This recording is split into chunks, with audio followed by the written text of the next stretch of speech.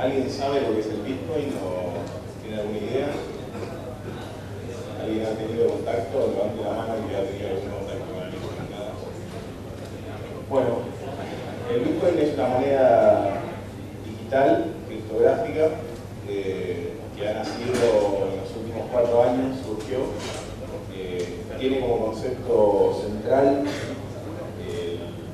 bueno, perdón, vamos a arrancar un poquito más atrás. La idea de esta charla es contarles sobre Bitcoin y contarles cómo el Bitcoin puede ayudar a los desarrolladores móviles, digamos, de 2 o 3 maneras.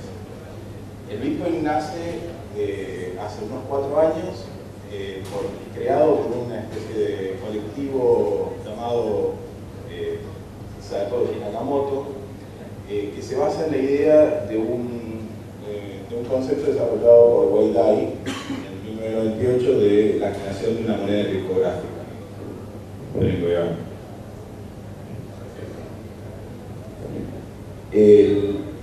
Lo que es revolucionario de este sistema es que no hay un ente central que regule la moneda. Hasta ahora nosotros siempre hemos tenido monedas emitidas por un gobierno central, sea, no sé, la Reserva Federal en Estados Unidos, bueno, el Banco Central en Argentina. Y ese cambio de concepto de que se pueda crear una moneda de manera descentralizada y donde, digamos, esa moneda, digamos, no necesita un ente centralizado, es revolucionario. No solo es revolucionario para lo que es el mundo financiero, sino que también puede ser revolucionario para la humanidad, porque gracias a la tecnología del Bitcoin se crea el primer mecanismo de consenso global descentralizado, peer-to-peer. Así como se armó una red descentralizada de distribución de archivos con Napster, y eso después evolucionó en el torrent, esto lleva ese mismo concepto, pero al consenso. Entonces, en realidad, hoy estamos asistiendo a la creación de una moneda consensuada globalmente que puede venir en consenso para otras cosas. Podríamos decir que con este mecanismo la humanidad podría decir en un mismo instante, o bueno, en 10 minutos de demora, podría decir al unísono: nosotros queremos ir en tal dirección, y sin que haya un ente que tenga que validar o hacer un recuento de votos, tener la respuesta de qué es lo que la humanidad opina sobre ese tema, y de manera irrevocable. Todo esto está basado en criptografía. O sea, eso es muy interesante. Acá el único Dios es la criptografía, por lo tanto la matemática. No hay nadie que pueda venir e intervenir en ese proceso. Bueno, como les decía, fue desarrollado por Satoshi Nakamoto, que nadie sabe quién es. Algunos piensan que es un japonés que vive en las vías del subte de Tokio, pero lo más probable es que sea un colectivo de personas, porque es muy difícil que un individuo haya podido desarrollar conceptos tan extensos como un sistema criptográfico, o sea, toda la base matemática para esto, la pieza de software que es el cliente Bitcoin, que maneja digamos, la emisión de las transacciones, del sistema de minado. Es más probable que esto no lo haya hecho un individuo, sino que lo haya hecho un colectivo de gente. Y por algunos escritos de las primeras épocas se cree que son ingleses por el tipo de inglés con el que escriben, que tiene algunas particularidades, pero seguramente participó gente de todo el mundo en esto. Otra cosa interesante es que el Bitcoin es deflacionario. O sea, es una moneda que no tiene inflación, sino que todo lo contrario, se va apreciando a través del tiempo. Eso, bueno, no necesito explicarles que eso no existe en el mundo, digamos, porque claramente todas las monedas que conocemos, incluido el dólar, que supuestamente es el referente en el mundo hoy, son monedas inflacionarias. O sea, todas las monedas se van depreciando poco a poco, año a año.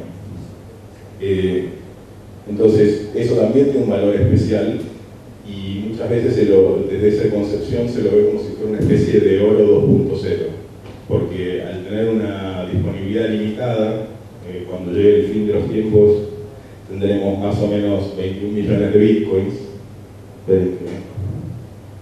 Tendremos 21 millones de bitcoins. Eso hace que en realidad el precio solo pueda subir, porque se van perdiendo algunos bitcoins en el camino. Y lo que es muy interesante es que en realidad el valor del Bitcoin se lo da la confianza que la gente deposita en él. Y en realidad, aunque no nos demos cuenta, todas las monedas que usamos hoy en día se basan en la confianza. Así que en realidad lo único que hace el Bitcoin es hacer evidente algo que hacemos cotidianamente con otras monedas, donde quizás creemos en una estructura, creemos, bueno, los que creen en el dólar, muchos creen que creen en el gobierno de Estados Unidos, pero en realidad creen en un ente privado que es la Reserva Federal, o sea que en realidad estás creyendo en una empresa o en un conglomerado de empresas. Otros creerán en el Estado Nacional de su país, otros creen en el oro. Bueno, el Bitcoin no está exento de eso, tiene su valor gracias a que la gente cree en él y ve que aporta un uso, porque no tiene ningún respaldo excepto esa confianza que la gente le deposita. Y esa confianza va creciendo en la medida que la gente le va dando uso al Bitcoin. ¿Por qué la gente le da uso al Bitcoin? Digamos, fundamentalmente tiene algunos atributos que son que el Bitcoin es muy fácil de transferir. Uno puede transferir Bitcoins, monedas de una punta a otra del planeta, y con un costo que es ínfimo. O sea, para que se den una idea, yo puedo transferir $10.000, el equivalente a $10.000 en Bitcoin, que hoy serán unos 100 Bitcoins, los puedo transferir de Argentina a Japón y lo que pago son 5 o 10 milésimos de Bitcoin. O sea que es, no sé, 50 centavos de peso, una cosa así. Eso tiene un valor enorme. De hecho, es una de las cosas que yo considero que para los desarrolladores móviles puede ser realmente un diferencial, más teniendo en cuenta lo que ha pasado ahora, por ejemplo, con Google, con los problemas para poder cobrar el dinero del marketplace. O sea, ahí es donde se pone en evidencia que tener una moneda que no esté regulada ni controlada por ningún ente centralizado le da una libertad al desarrollador que decide aceptar bitcoins que no le da ninguna otra moneda. Perdón, que estoy un poco resfriado, así la voz del rallador. Otra cosa interesante también para cualquiera que quiera hacer comercio electrónico es que las transacciones del Bitcoin son irreversibles. Una vez que el dinero les llega a ustedes, no hay manera de que la persona reclame ese dinero y ustedes tengan que devolverlo. Eso es bastante común con PayPal, por ejemplo, que ha habido bastantes estafas a gente que vende aplicaciones o bienes en general, porque el comprador de mala fe hace la compra, recibe el producto y después hace un chargeback en PayPal y al viste. Entonces, el Bitcoin tiene otra seguridad y obviamente presenta otras dificultades para el comprador, para decir, bueno, ¿cómo me aseguro que el vendedor no me va a trampear? Pero bueno, están surgiendo mecanismos de escrow, que se llaman, donde un tercero que tiene buena reputación reserva los Bitcoins y cuando la transacción se consolida, los Bitcoins se liberan. Y de hecho es bueno porque hacer un escrow de este tipo también es muy barato, por esto mismo de que el costo del Bitcoin, de la transferencia de Bitcoin, es casi nulo. Entonces se pueden hacer ese tipo de cosas sin mayores problemas. Las transacciones se notifican a la red global en segundos, o sea que yo digo, bueno, le pagué a mi amigo en Japón o a mi mamá que está en España, le mandé los Bitcoins para darle una mano, y instantáneamente ella ve en la red que esa transacción existe. Y después de unos minutos, esa red global empieza, a través de un proceso que se llama prueba de trabajo, proof of work, empieza a validar que esa transacción realmente es fidedigna, que yo no gasté la plata dos veces. Ese es uno de los problemas más difíciles con la plata digital, asegurar que nadie gaste dos veces la misma moneda. Eso se hace a través de un concepto que se llama el blockchain. Y bueno, después, ¿qué más quería mostrar? Un poco qué es lo que se está haciendo hoy en Bitcoins en Buenos Aires. Quería contar porque es bastante gracioso. La gente dice, bueno, pero ¿qué hago con mis Bitcoins hoy en día?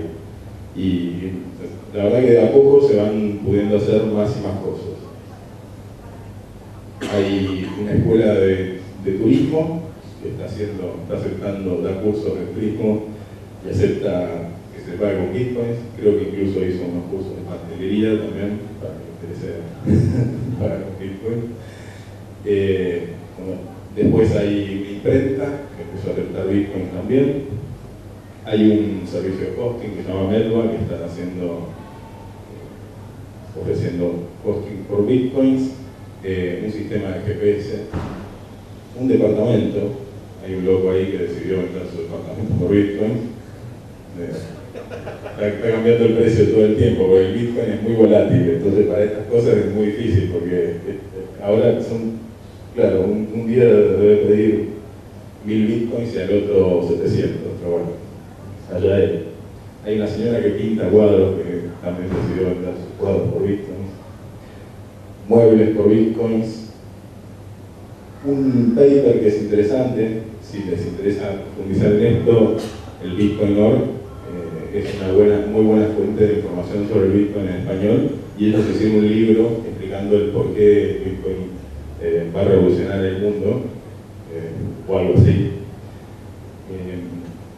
Y también hay algunos nuevos proyectos que nosotros estamos impulsando. Yo, bueno, no me presenté, pero yo soy cofundador de la Fundación Bitcoin de Argentina y además organizador de los meetups de Bitcoins que se hacen en Buenos Aires, donde se junta gente muy diversa a aprender sobre Bitcoins, a tradear, a comprar o vender, se juntan emprendedores o desarrolladores que quieren incorporar Bitcoins en su solución.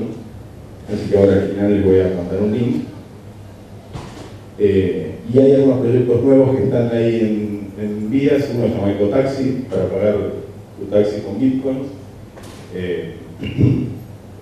RestoCoins, que es para que los restaurantes y los cafés puedan aceptar Bitcoins, que este es un proyecto que estoy impulsando yo con un socio, y ya hicimos nuestra primera experiencia en el histórico en San Telmo. Estuvo bastante bien la comida, así que les recomiendo si quieren gastar sus Bitcoins en algo rico. Latincoin, que está tratando de armar el primer exchange de Latinoamérica, de Argentina, de Bitcoins. Un exchange es donde la gente compra y vende Bitcoins por moneda local. Y bueno, la fundación que la estamos gestando en este momento, un poco para dar el marco legal necesario y para que la gente pueda evacuar sus dudas y tener un marco para usarlo. Y bueno, y finalmente, viene esta parte de cómo les puede ayudar el Bitcoin.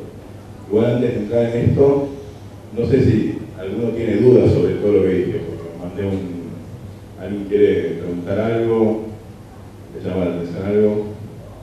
¿Cuánto vale un Bitcoin? ¿No quieren saber? Bueno, ahora vale $120 un Bitcoin y valía 4 a principios del 2012. Sí. Cuando dijiste que se van a invertir 21 millones de bitcoins, el que viene por decir ¿no? Sí. ¿Cómo se generan? ¿Cómo se crean los bitcoins? Esa es muy buena pregunta. Era una de las que estaba esperando. Bueno, el bitcoin se genera a través de minería. Hay un proceso en el cual uno pone máquinas a resolver un problema matemático, y ese problema matemático que envuelve procesar un SHA-256, que va a varios desarrolladores, así que deben saber lo que es un SHA-256. Pero bueno, procesando ese SHA-256 te da un resultado. Hay un rango en el cual, si ese resultado cae, es válido y automáticamente se te premia con una cantidad de bitcoins. La emisión es controlada, como les decía, hay 21 millones de bitcoins al final de la historia, y además es controlado el ritmo en el que se van emitiendo. De hecho, los primeros 4 años, cada vez que encontrabas una solución a ese problema matemático, obtenías 50 bitcoins. Obviamente los bitcoins al principio no valían nada. De hecho, la primera transacción real que se hizo fue un señor que vendió 2 pizzas por 10.000 bitcoins, así que hoy son las pizzas más caras de la historia. Y ese señor de alguna manera le dio el primer valor real al bitcoin. Después obviamente vino mucha gente atrás que empezó a dar sus servicios por bitcoins y demás, y la moneda empezó a tener un valor más universal. Entonces, en estos primeros 4 años, cada vez que alguien descubría una solución a este problema matemático, se le daban 50 bitcoins. Ahora, ¿cómo haces para evitar que se te emitan los 21 millones de golpe, porque uno diría, bueno, me compro muchas máquinas, pongo mucho poder y mino los 21 millones de Bitcoin. El Bitcoin se autoajusta, entonces cada 15 días aproximadamente la dificultad se ajusta según la capacidad de procesamiento de la red de Bitcoin. Si la capacidad creció mucho, la dificultad sube, que en realidad lo que pasa es que el límite ese del rango baja. O sea, cuando sube la dificultad baja el rango y por lo tanto es más difícil pegarle, invocarlo en ese arco. El arco va, cada vez tiene el parante cada vez más bajo, entonces es más difícil pegar. Entonces de esa manera la red se va como autorregulando y el minado empezó pudiéndose hacer con PCs comunes y corrientes. Después descubrieron, para el Bitcoin es muy importante el paralelismo. Es importante procesar mucho en paralelo más que procesar, los procesadores, las CPUs tienen mucha velocidad en el reloj, en el clock, pero el paralelismo es poco, o sea, pueden hacer 4 instrucciones en paralelo. Entonces descubrieron que había algunas GPUs, algunas placas de video que tenían muchos cores, obviamente más estúpidos que el core de un CPU, pero tenían 3200 cores. Entonces, por más que fueran más estúpidos, podían paralelizar infinitamente más que un CPU. Entonces pasaron a minar con GPUs. Obviamente entró un poder de procesamiento mayor, la red se ajustó, se hizo todo más difícil, todos se movieron a las GPUs y un flaco dijo, no, yo quiero tener la máquina de Bitcoin, entonces diseñó un chip ASIC, que en realidad es un chip de propósito específico. O sea, ASIC no te dice nada, no es un chip ASIC, es un chip que vos diseñás específicamente para que haga algo. Y alguien decidió diseñar un chip para minar Bitcoins. Y el año pasado empezaron a llegar las primeras máquinas de esa generación que tienen más o menos 100 veces, o sea, son 100 veces más eficientes en términos de energía, porque hay que entender que en todo esto hay un gasto de energía muy importante. Entonces, las nuevas máquinas ASIC tienen aproximadamente un 50 o 60 veces más poder de minado, pero además son energéticamente 100 veces más eficientes. Y desde ese entonces, que cada vez más se está empezando a minar con estas placas específicas. No sé si eso responde a eso. Para ahí hemos sacado que no se conoce mucho. ¿Cómo es fuera de la Argentina? Bueno, hay como varias comunidades. Aunque no lo crean, nosotros no somos la comunidad más chica. Argentina es la cuarta comunidad. Estos meetups, digamos, que les comentaba que estoy organizando, junto con dos personas más que son cosas que estamos armando de la fundación, tienen 220 personas inscritas ya y son en la cuarta comunidad del mundo. O sea, está, no recuerdo bien si Estados Unidos, después Canadá, me parece, después Israel y después Argentina, son las 4 comunidades más grandes. Que es bastante razonable porque la verdad que Argentina tiene una predisposición a incorporar nuevas tecnologías y a estar buscando, como siempre. Bueno, sí, además tenemos mucha experiencia jugando con las monedas y con crisis económicas, somos todos economistas a esta altura. Eso es una buena combinación. De hecho, la comunidad Bitcoin le tiene mucho a fe a Argentina por eso, ¿no? Porque dicen que es una sociedad que es de alguna manera educada en temas financieros y además tiene muy buena predisposición a incorporar nuevas tecnologías. La penetración, de hecho, de celulares, del cable antes de eso, de internet, ¿no? Siempre hemos estado como a la vanguardia de lo que es Latinoamérica, lo que es incorporación de tecnologías. Entonces, cualquiera que haya pasado, yo vengo del boom de las .com del 95, digamos, y viví toda esa explosión y es como que siempre ha estado presente como ese espíritu de innovación y demás. Y mi feeling con esto es muy parecido al que tenía yo cuando se lanzó la web. Yo hice el sitio del diario Clarín, participé en Patagon, Boomerang, Decidir, varios de los proyectos iniciales, y el feeling que había en esa época era muy parecido al que se vio en el Bitcoin, ¿no? Donde es heterogénea la gente que se acerca, entonces tenés tenés una mezcla de cosas. Tenés gente que no sabe nada ni de finanzas ni de tecnologías, obviamente tenés nerds, de los que me incluyo, ¿no? Tenés tipos de finanzas, pero pasa con las tecnologías disruptivas que uno empieza a encontrar, o sea, hay gente que se acerca sin entender muy bien por qué, pero sospechan que esa tecnología puede darles una ventaja en su vida, ¿no? Entonces para cerrar mejor lo que me estás diciendo, obviamente está más desarrollado en otros lugares. El exchange más grande del mundo está en Japón, que maneja el 80% de las transacciones del mundo en este momento. En Estados Unidos se está empezando a desarrollar mucho y el Bitcoin está pasando por un proceso de alguna manera de regulación. Está empezando como a integrarse con la economía local. Claro, el Bitcoin es de alguna manera yo lo pienso como, las economías son como globos. Digamos, si tenés la economía de Estados Unidos, la economía de Argentina, podrías decir, hay globos que engloban globos, o podría ser de Europa. El Bitcoin es otro globo y claramente hasta ahora tenía puntos de contacto muy difusos con los otros globos que eran las economías nacionales, y ahora y cada vez más esos puntos de contacto se van haciendo más definidos. Entonces está empezando a pasar que Estados Unidos está diciendo, bueno, vos querés hacer trading de Bitcoins, bueno, tenés que seguir las normas de anti-money laundering, de lavado de dinero, tenés que empezar a respetar como las normas de cualquier institución financiera. Lo cual, digamos, en el Bitcoin también hay muchos libertarios que ven el Bitcoin como la vía hacia el nacimiento de la anarquía, que bueno, yo considero que el Bitcoin es una herramienta. Los seres humanos somos los que le terminamos dando la dirección, no tiene un valor intrínseco. Entonces, para esos libertarios a veces todo esto es como una traición al Bitcoin, pero yo no creo que nunca el Bitcoin haya tenido una dirección en particular. Simplemente se va adaptando y se va integrando en las sociedades donde se va arraigando, y de alguna manera este tema de ir institucionalizándose también habilita que empresas y inversores se metan. De hecho, en Silicon Valley hay una movida muy fuerte en torno al Bitcoin. Se acaba de armar un fondo de VCs, digamos, para impulsar proyectos de Bitcoin. De hecho, hay uno de los chicos de Mercado Libre que se llama Rodrigo Benzaquín, que también está metido en Bitcoin, con el que estoy haciendo algunas cosas. Así que está muy, muy difundido, digamos, en todos lados. En Europa, en Alemania tuvo mucha difusión, hay una comunidad muy fuerte de Bitcoin.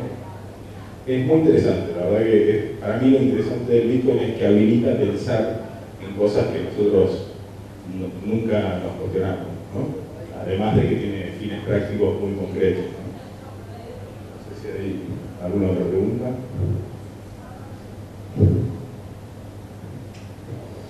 ¿Y el valor está definido por qué? Libre mercado. Gente decidiendo cuánto quiere pagar por el Bitcoin y a cuánto lo quiere vender. Hay un montón, es muy interesante porque hay toda una proyección, hay gente que proyecta cuál podría ser el valor potencial del Bitcoin. De nuevo, como cualquier moneda, es la confianza de la gente que da. La gente dice, uy, nadie me va a aceptar los Bitcoins, automáticamente el Bitcoin pasa a valer cero. O sea, de hecho, el futuro del Bitcoin más probable es que valga cero o $400.000, pero nada en el medio. O sea, no hay un punto gris en esto. Vos tenés varias proyecciones. Hay una manera de verlo, que es decir, el Bitcoin se va a convertir en el patrón oro. Digamos, va a reemplazar el oro como patrón universal. Entonces ahí decís, bueno, el oro tiene 8 trillones de dólares. Igual hay oro que está en joyas, hay oro, o sea, el oro en reservas bancarias no es el 100% del oro que existe. De hecho, la mitad del oro está en joyas y en bienes personales. Pero bueno, vos podés decir, bueno, con que el Bitcoin se convierta en ese 16% del oro, el Bitcoin vale $10.000. Otra proyección que puede ser es la primera economía del mundo es la de Estados Unidos, que tiene 14 trillones de dólares. La segunda economía del mundo es la economía del System D, del sistema D, que es la economía informal. Es la economía no del mercado rojo. El mercado rojo es armas, drogas y prostitución, sino la del mercado negro. Digo, hago esta distinción porque siempre se habla del mercado negro como una cosa única, y en realidad ya se está empezando como a distinguir que hay un mercado rojo, que es el que conlleva violencia y demás, y otro mercado que es simplemente un mercado informal. Bueno, ese mercado informal es la segunda economía del mundo, mueve 10 trillones de dólares. Si uno dice que el Bitcoin se va a convertir en la moneda del mercado informal, porque sus características son claramente alineadas con el mercado informal, entonces quizás estás hablando también de un Bitcoin de $8.000, $5.000. O sea, digo, y después ya tenés que empezar a decir, bueno, y además si el Bitcoin se inserta en la economía blanca, tradicional y demás, como lo está haciendo en Estados Unidos, ver qué porcentaje de las transferencias de dinero internacionales pasan por Bitcoin. Si vos decís, bueno, pasa el 1%, también tenés un Bitcoin de $10.000. Hay otros que hacen proyecciones más extremas y dicen, no, lo llevó al 10% de las transacciones, digo, sumando un pedacito del System D, un pedacito de las reservas de oro, un pedacito del sistema tradicional, y hablan de un Bitcoin de $100.000 y los más extremos de 400.000. Digo, eso es como una proyección. Digo, yo no me juego por ninguna, yo espero y veo. Si vale 400.000, les subí una cerveza a todos de acá a 2 años. Entonces, en realidad, igual me parece que no es tan importante el precio del Bitcoin futuro. Sí es interesante entender que la gente define el precio de común acuerdo, o sea, y lo define por su uso. La verdad que a mí me pasa mucho por estar a la cabeza de estas comunidades de Bitcoin, que viene, por ejemplo, un francés y me dice, uy, no te puedo vender mis Bitcoins si me das pesos, porque le da más confianza quizás que yo le compre sus Bitcoins, que ir a una casa de cambio que no conoce, que no sabe cómo funciona. Entonces dice, y termina siendo más como un acto de conocernos y vamos a cenar él con su mujer, yo con la mía, ahí en una especie medio de transacción futurista. Yo le doy billetes y él con un código QR me transfiere los Bitcoins. De hecho, cuando hicimos el evento en el histórico era muy loco porque los mozos no entendían nada, porque veían que me traían un ticket con un código QR y yo le apuntaba con el celular y después el otro se iba contento con el papelito en la mano. Así que bueno, es como que el precio en realidad lo va especulando la gente, y de nuevo, todas estas cosas que yo mencionaba tienen que ver con uso. Es decir, bueno, lo usa el System D, lo usan como patrón monetario, lo usan como valor de reserva, como es el caso de reemplazar al oro, pero bueno, por ahí va el tema del precio. Yo no, creo que más allá de que el Bitcoin tenga éxito, o si llega a 400.000 o no, lo interesante es que ya está instaurado el concepto de que nosotros podemos crear una moneda, o que las personas pueden crear una moneda sin un ente central, y eso está generando también que surjan otras monedas.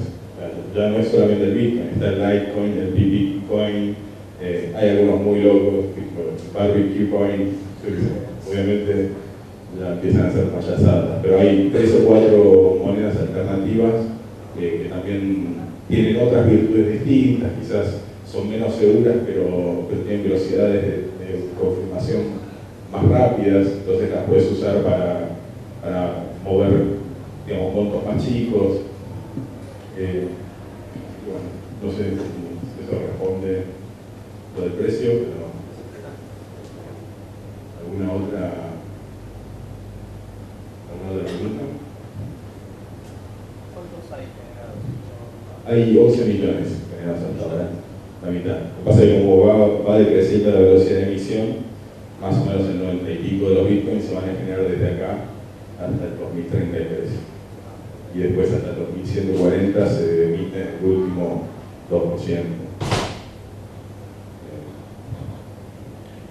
Bueno, si quieren paso al cierre, si no tienen otra pregunta, paso al cierre, que es como un punteo muy sencillo, digamos, de por qué a un desarrollador móvil le podría servir usar el Bitcoin.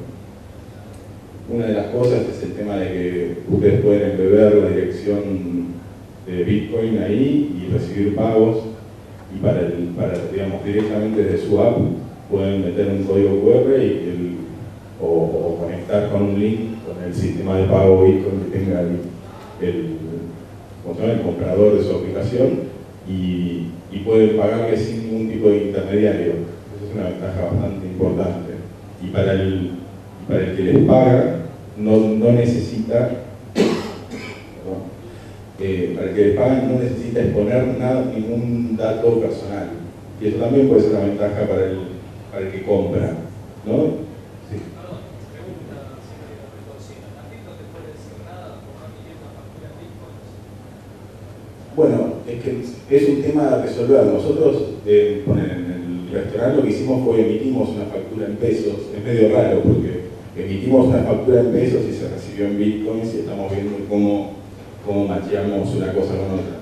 Un poco los objetivos de la fundación tienen que ver con eso, ¿no? Todavía tenemos este gris que decía yo de interconexión entre los sistemas económicos que se está definiendo, ¿no? El Bitcoin igual tiene cierto cierta anonimato, privacidad, con lo cual uno tendría que declarar, o sea, si a vos te compran una app en Suiza y es Bitcoin a Bitcoin, es algo que en teoría en el marco actual no pasó por Argentina. O sea, recién cuando vos lo vas a convertir a pesos entraría en el sistema monetario y ahí tendrías que declarar, esta. Pero bueno, son todas preguntas, esas sobre todo son preguntas que de alguna manera estamos tratando de responder con la fundación y con abogados que estamos contratando para ir. Eso es llegado al caso que yo decida de retirar los pesos. Sí, mientras esté en Bitcoin, si estás dentro del sistema Bitcoin, en teoría no habría nada que hacer. De hecho, muchos toman el Bitcoin como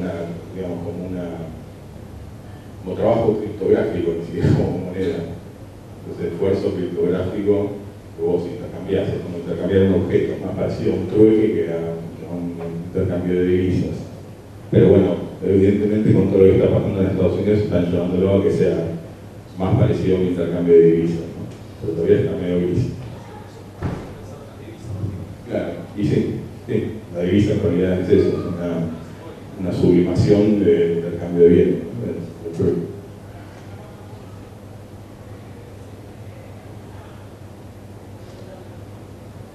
Sí, el tema es, por ejemplo, o sea, el Bitcoin, vos estás hablando de algo, por ejemplo, personal, o sea, tiene más que ver la pregunta con las finanzas. ¿A dónde entrarían las empresas, por ejemplo? Bueno, eso es lo que te decía, todavía no está muy definido. La gente que tiene, algunos de nosotros que tenemos Bitcoin, lo que hacemos es lo que ponemos en la declaración jurada con los bienes. O sea, como si dijera, tengo un sillón de 3 patas, una casa y 7 Bitcoins. ¿No? Pero bueno, está como, de nuevo, ese es claramente un gris todavía.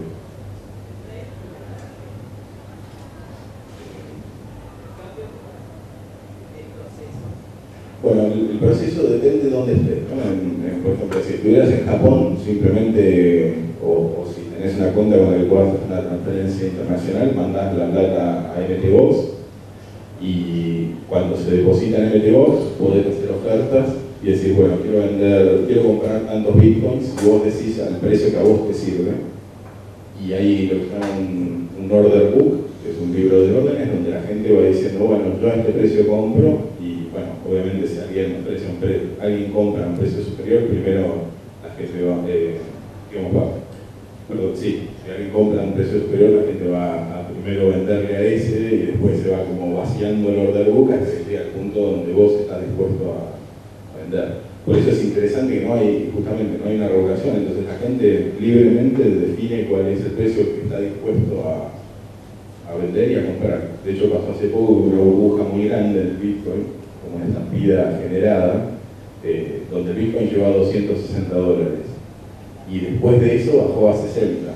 De alguna manera lo que pasó es que la gente le agarró miedo, ¿no? Porque empezó a bajar, porque esos son como factores psicológicos. Cuando iba subiendo, todos se pusieron medio desesperados y decían quiero comprar sin saber qué es lo que estaban comprando y lo subieron hasta 260. En algún momento el tipo que construyó esa estampida produjo una estampida en la dirección contraria, empezó a vender y generó pánico y la gente empezó a vender, hasta que en un punto la gente dijo no, yo prefiero, arriesgarme a que esto se hunda a vender mis bitcoins a menos de 60. O sea que en algún momento, de alguna manera la gente ahí puso como un piso psicológico, dijo yo menos de $65 mis bitcoins no los entrego. Así que, bueno, es interesante también eso. factor sociológico. Todas estas cosas ya han pasado en realidad en la sociedad, por eso existen las opciones, los futuros y demás. En realidad son herramientas que fueron respuesta a cosas que pasaron en el mercado tradicional de granos. O sea, al principio la gente se juntaba, el panadero iba a comprar granos al productor, y un año el productor salía perdiendo como en la guerra, y el otro año el panadero se quedaba mirando para Oriente. En un momento dijeron, che, ¿por qué no acordamos el precio en algo que más o menos a vos te permita seguir sembrando el trigo y a mí me permita seguir vendiendo el pan al precio que la gente lo espera? Y bueno, si un año hay una ganancia extraordinaria de un lado, la minimizamos y también minimizamos un poco la pérdida. Y así nacieron los futuros. Y esto es lo mismo, en el Bitcoin están empezando a desarrollarse también como esas herramientas que lo que hacen es estabilizar el mercado. Yo veo como que en el Bitcoin la gente está recorriendo de nuevo el proceso de construir el sistema financiero que ya se construyó en lo físico, ¿no? Sí, no ¿Cómo sé si un Bitcoin es válido o no? Bueno, yo me había evitado toda esta charla porque es medio técnica, pero básicamente hay una cosa que se llama el blockchain. El blockchain tiene el registro de todas las transacciones que existieron en la historia del Bitcoin. Por eso, en realidad, algunos dicen que el Bitcoin es anónimo. El Bitcoin en realidad lo que hace es seudónimo, por decirlo de alguna manera. O sea, lo que hace es le da seudónimos a la gente, entonces protege la privacidad de las personas con seudónimos. Pero si vos sabés que ese seudónimo pertenece a vos, automáticamente puedes saber toda la historia de tus transacciones, porque el Bitcoin es transparente desde el punto de vista del transaccional. O sea, uno puede, bajándose este blockchain, que es como una especie de libro contable del Bitcoin, podés saber todas las transacciones que se hicieron en la historia del Bitcoin. O sea, no hay es totalmente transparente. Entonces este blockchain, y se llama blockchain, es cadena de bloques, ¿no? Entonces, cada bloque guarda las transacciones que se procesaron y se validaron en ese momento, y el bloque siguiente, y además la primera transacción es la generación del Bitcoin. O sea, están todas las transacciones que la gente hizo entre sí, y la primera es la asignación de los nuevos Bitcoins al minero que los descubrió. Y el bloque siguiente hace un hash del bloque anterior, con lo cual la única manera de que el bloque siguiente sea válido es que tenga integrado al bloque anterior.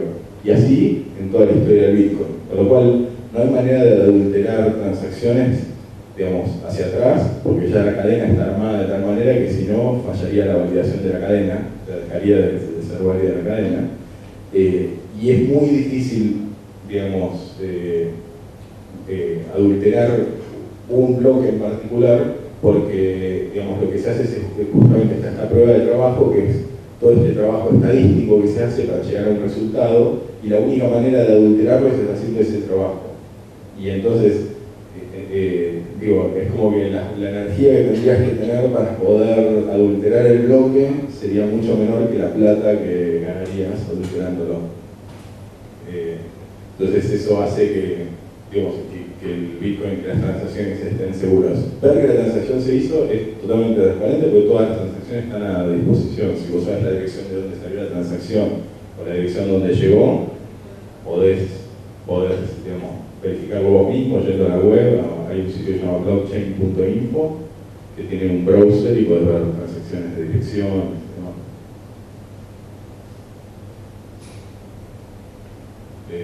Bueno, si quieren les paso a otro de los puntos que para mí son interesantes para otra cosa interesante es, con Bitcoin ustedes pueden hacer micropagos. Ustedes podrían hacer dentro de la aplicación móvil, en lugar de tener que cobrarle todo junto a una persona, como hay que hacer ahora, porque la persona tiene que poner la tarjeta de crédito, ir a la interfaz de Google, por ejemplo, a pagar y demás, y es bastante bochornoso. En lugar de hacer eso, pueden hacer que la gente haga pequeños pagos por acciones. Es decir, bueno, no te cobro nada y te voy cobrando a medida que vas usando la aplicación, y de una manera que a vos no te duela, y que además sea muy suave de hacer, porque justamente al Bitcoin no obligarte a exponer información personal tuya. Pagar con Bitcoin se están siempre como clicar en un link, validar que la dirección a la que va es correcta, el monto correcto, y apretarse en punto. Eso es todo lo que debe hacer el usuario final para pagar. Entonces, Una cosa que me parece interesante es que el Bitcoin a los desarrolladores de aplicaciones les puede permitir una manera de cobrar distinta, más sobre la marcha. Y si son juegos, ni te digo, no es que, bueno, este objeto no es que tenés que estar precomprando los tokens para después cambiarlos por la armadura, ¿no? Que agarrás y, bueno, te gusta la armadura, vale 0,001 BTC, haces clic y mandás el pago y punto. Bueno, esto está conectado en el punto siguiente, que es el costo de transacciones casi nulo. Y después un último punto, que es dentro de la comunidad Bitcoin, todavía falta mucho por desarrollar. O sea, por ejemplo, esto que me decías, bueno, no completé, yo dije cómo se hacía en Japón, pero acá no existe un exchange. Así que acá la gente lo hace mano a mano. Y hay un lugar que se llama Local Bitcoins, donde la gente entra y dice, yo tengo mis Bitcoins, los quiero vender, y una persona te dice, yo te los compro, y a cuánto me los vendés, y hacen toda la transacción. Y por ejemplo, no hay una buena aplicación móvil para eso, para poder hacer que agilice eso. Entonces a mí me pasa que cada vez que quiero vender bitcoins, yo mino, hago un poco de todo, ¿no? Cada vez que quiero vender los bitcoins que miné, tengo que andar pasando por toda una especie de franeleo, que una buena aplicación móvil me lo podría facilitar un montón. Entonces creo que como desarrolladores móviles también hay una oportunidad de hacer cosas para bitcoins, y la comunidad está ávida y es una comunidad bastante generosa. Digamos, muchas veces hay gente que desarrolla cosas y lo hace en base a donaciones. O sea, ni siquiera es que cobran, sino que dicen dame lo que quieras, y la comunidad en general es de donar. Y también por esto que es muy fácil donar. Vos ves la dirección, lees el código y mandás. De hecho, yo doné a un flaco que hacía un ticker para calcular el precio del Bitcoin en pesos. Bueno, le doné medio Bitcoin, por ejemplo. En esta época valía menos Bitcoin, pero y fue medio instantáneo, y el flaco ni siquiera supo que fui yo, simplemente vio que alguien le había dado algo y eso como que lo motivó a seguir haciendo, ¿no? Bueno, ahí terminamos. No sé si lo va a tomar. También hay música Bitcoin, no sé si esto va a tirar el sonido, pero no, va sin sonido. Bueno, después si quieren les paso el playlist. Ahora. Sí. Bueno, para la próxima.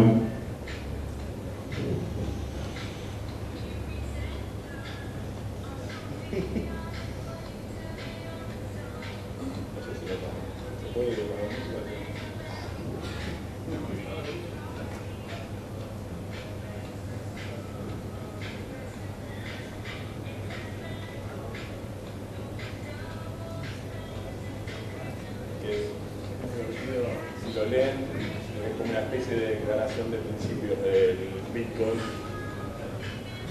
¿Se vuelve por nada?